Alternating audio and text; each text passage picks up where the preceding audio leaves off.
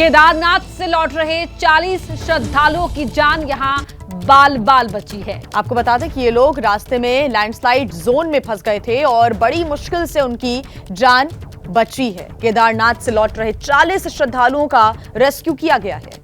सोनप्रयाग के पास ये श्रद्धालु लैंडस्लाइड में फंस गए थे। बीती रात 10 बजे से ये 40 श्रद्धालु वहां फंसे हुए थे।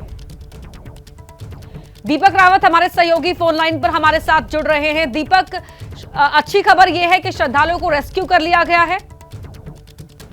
जी बिल्कुल, ये वो श्रद्धालु थे जो केदारनाथ धाम में दर्शन करने के लिए गए थे और करीबन देर शाम के वक्त वापस लौट रहे थे। लेकिन उत्तराखंड के अलग अलग इलाकों में लगातार बारिश हो रही है। केदार घाटी में भी देर शाम से लगातार बारिश हो रही थी, जिसके बाद जो मुनखटिया जगह है जहाँ पर लगातार लैंडस्लाइड हो रहा है, इस साल शुरुआत से ही इस जगह पर लैंडस्लाइड होता रहा है।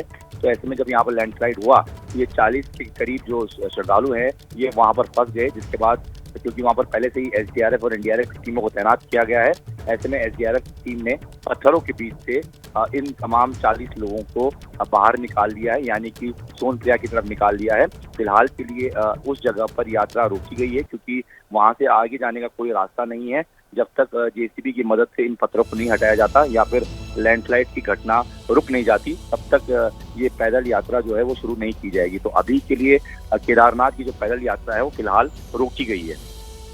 ठीक दीपक, बहुत शुक्रिया आपका तमाम जानकारी के लिए। हमारे सहयोगी दीपक रावत जानकारी दे रहे थे कि इस मार्ग को फिलहाल रोका गया है तब तक जब तक यहाँ पर जो रास्ता है उसको खोला नहीं जाता, क्योंकि अभी भी रास्ते पर मलबा पड़ा हुआ है। लगातार उत्तराखंड में हो रही अलग अलग स्थानों पर लैंडस्लाइड, जिसकी वजह से लोगों की परेशानी भी बढ़ गई है, यात्रियों की परेशानी बढ़ गई है और जो केदारनाथ जाने का पैदल मार्ग है उसको फिलहाल कुछ देर के लिए रोका गया है। ये वाला जो रास्ता है सोनप्रयाग वाला, उसको रोका गया है ताकि यहाँ पर श्रद्धालुओं को कोई मुसीबत ना आए। अच्छी बात यह है कि जो 40 श्रद्धालु फंसे हुए थे उनका सकुशल रेस्क्यू कर लिया गया।